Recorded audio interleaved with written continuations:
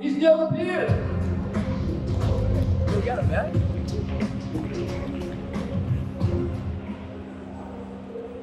Hello everyone, can you hear me okay? Oh yeah, I can hear myself.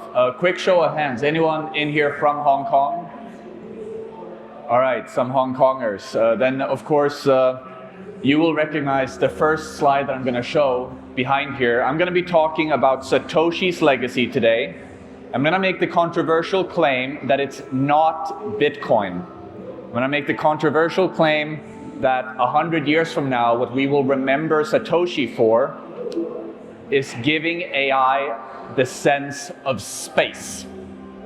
And to start that story, I want to start quite literally from space. And take a look at this. This is the Greater Bay Area. Hong Kong is at the southern tip of this. This is an area that is technically smaller than Greater Los Angeles. It's an area technically smaller than Greater Los Angeles. But in the Greater Bay Area is a population of 85 million people. The Greater Bay Area is the largest urban settlement in the world. It's the greatest city in the world in all but name. 85 million people. This is what it looks like if you come flying in from sufficiently high enough. Hong Kong is just this corner down here. That's Hong Kong. The rest of this is the Greater Bay Area. And in the Greater Bay Area, just to get a sense of scale, 85 million people, but also more high-rises and skyscrapers that get this than in Europe and America combined. There are more high-rises in the Greater Bay Area than in Europe and America combined. If we go to the biggest city in the West, New York, New York has a pretty staggering 900 buildings taller than 100 meters, which is cute when you compare it to the 4,000 buildings just in Hong Kong, taller than 100 meters. The Greater Bay is the first truly sci-fi city on this planet. And because of its immense scale, it's facing a couple of infrastructure challenges that are kind of new for this century. It's getting increasingly difficult to find your way to navigate, not just for humans like yourselves, but also for robots like me. What comes after the GPS? What comes after the GPS? The problem with the GPS is actually a line of sight technology. We don't think about that very often because for a very long time, we've lived on a very flat planet where it's easy to see the sky.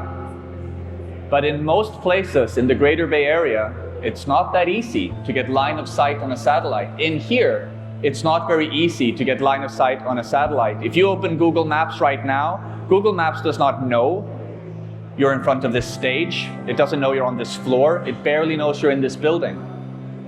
And that makes it tricky to find. Some of you may have struggled to find the bathroom or a cup of coffee.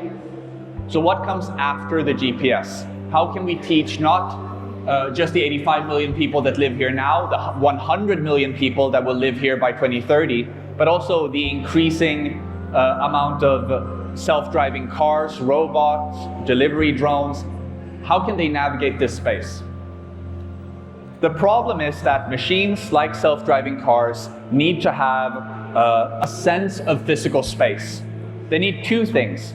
They need a spatial awareness, meaning that they understand distances. How far away am I from this? How far away am I from that? But it also needs a semantic awareness, meaning it understands the thingness of things. In the picture here, you can see little boxes highlighting this is a person, this is a car. This is the semantic awareness. When you combine semantics with space, you get the very nice technical term, spatio-semantic reasoning.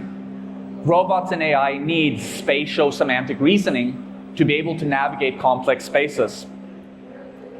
Robots and AI need to perceive the physical world to be able to answer questions about the physical world.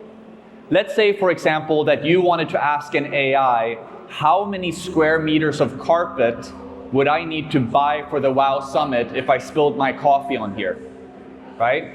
And AI cannot answer that question without understanding what part of this is a carpet, how big is this area, etc. AI is confined to the internet without what's called spatial computing. Now, you may remember that Apple recently released a headset, and they didn't call it a headset, they called it a spatial computer. It's because Apple is trying to teach you something. What's happening right now, what's really exciting, is not the change in form factor to headsets, although that is happening. The really exciting transition is that digital information is starting to live in physical space. We're at the dawn of the spatial internet, but the challenge is that devices like my iPhone or this here robot, they're very limited in their perception to the sensors that they have. My iPhone has a camera, it has an accelerometer.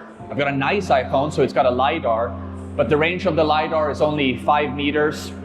And if I ask my iPhone, how do I get to the bathroom, anywhere else than in here, right now you actually can ask your iPhone that by scanning one of the orange QR codes outside, because we're providing indoor navigation for this space using our technology. But our devices are very limited in their perception. So how are we going to solve navigating for cool robots like this one by Unitree? Right? We want to imagine a world where a robot like this can perform a task, where we can say, hey, go over to booth A30, pick up the pamphlet, bring it back to me. How do you do something like that? AIs will need to collaborate to understand the world. Why would they need to collaborate? What do I mean? Well, no device, no individual device can, in principle, hold a whole map of the world. It just won't fit. It won't fit. So wherever your robot goes, it'll have to collaborate with a host machine or some other AI that knows something about this space. Just like today, our phones interact with Google Maps and the GPS. AIs will need to collaborate to understand the world. And collaborative spatial computing is not just a big unlock for things like robotics. It's actually going to be a big unlock for things like the Vision Pro. By a quick show of hands, has anyone ever seen a demo of shared augmented reality with the Vision Pro? Yeah, no, of course no one has, because it's never been done. Why hasn't it been done? Why has Apple never released a demo of shared augmented reality where we see the same thing in the same place at the same time? Fundamentally, because of this problem that digital devices don't know where they are in physical space. Technically, what augmented reality solutions do is every time you start your device, it invents a new coordinate system for that session where it reasons about its own movement without taking into context where you actually are in the world. And I might think like, wait, hold on, what about Pokemon Go? Didn't they do this whole thing? No, actually, they didn't. Pokemon Go was a very simple GPS-based game that had an AR mode where you could see something that you would think was placed in AR, but someone else would not see the same thing in the same place. If I saw Pikachu at this street corner, you might see Pikachu on the other side of the street. Actually having Pikachu in the same place at the same time is an incredibly difficult problem. Collaborative spatial computing is the idea that you can spread the spatial computing across many devices. Why is the Vision Pro so big? Well, the Vision Pro is very big because it has a lot of sensors, and it needs a lot of compute, and it needs a lot of battery to deal with that compute. Collaborative spatial computing will allow for smaller form factors for AR, when you can allow some of the sensors to be in different places, some of the compute to be in different places, and when the compute is in a different place, you'll need less battery. So how impactful is something like this going to be?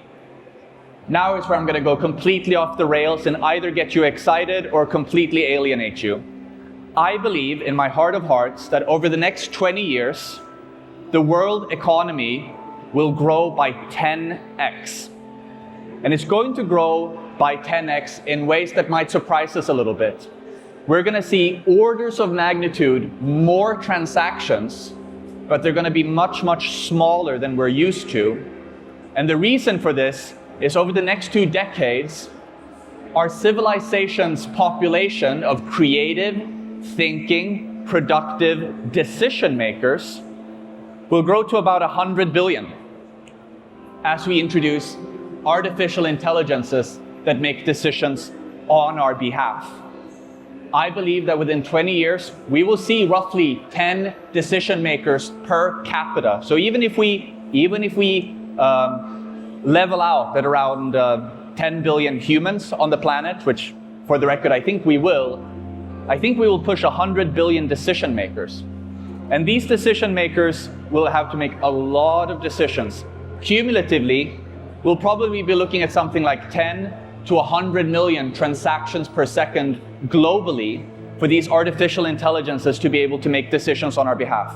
Now, what kind of decisions might they be making? Well, to use an example, I used to live in Beijing for 7 years. In the city of Beijing are more cars on the road than there are people in Los Angeles. Again, the size of Asian cities, just crazy. There are more cars on the road in Beijing than there are people in Los Angeles. And the average commute in Beijing is 2 hours. Quick napkin calculation will show you that something on the order of the pyramids in terms of human labor is wasted sitting in traffic in Beijing every week, right? Every week. Now you might think, okay, aren't self-driving cars going to fix this? Aren't self-driving cars going to coordinate with each other and not even need red lights, and they'll do lane merges, things like this? Ah, yes, now you get it. These are the kinds of decisions that cars will have to make on our behalf. In 2014, Naval Ravikant wrote this very influential piece where he argued that the internet needs a new protocol, the fifth protocol, native internet money, to allow machines to exchange value with each other at computer speeds, so that we can do things like negotiate a lane merge. We want to negotiate a lane merge. I have to go somewhere faster than you want to go there. I'm willing to pay 2 cents to get ahead of you, etc. These small decisions by AI, where they know our economic preferences and can negotiate with each other in not just micro transactions, but really nano transactions, is where I believe we're going. So this means, as Naval correctly pointed out, that we need a form of value native to the internet. At the time when he wrote this, I think he was hoping that Bitcoin would become it. Since then, we've of course learned that Bitcoin, for all of its great properties, is not easy to scale to 10 to 100 million transactions per second. It's tough. By comparison, Visa only does 7,000 transactions per second. So how are we going to get orders of magnitude more than Visa off of something like Bitcoin? It's going to be tough, but we're going to need it. And we're going to need it because these 100 billion decision makers need to collaboratively perceive the physical world. What does that mean? Well, it means that in the future, your AI, your devices, your self-driving cars, your delivery drones, etc., will want to buy sensor data and spatial computing from other devices. For example, again, your self-driving car might want to know, is there someone around this corner? Do I need to slow down or not? If we want to imagine a world that is that efficient, this is what we need. AI must collaboratively perceive the physical world, which means that the internet does not just need a fifth protocol, it needs a sixth protocol for universal spatial computing. Devices need to be able to communicate about space in a universal way.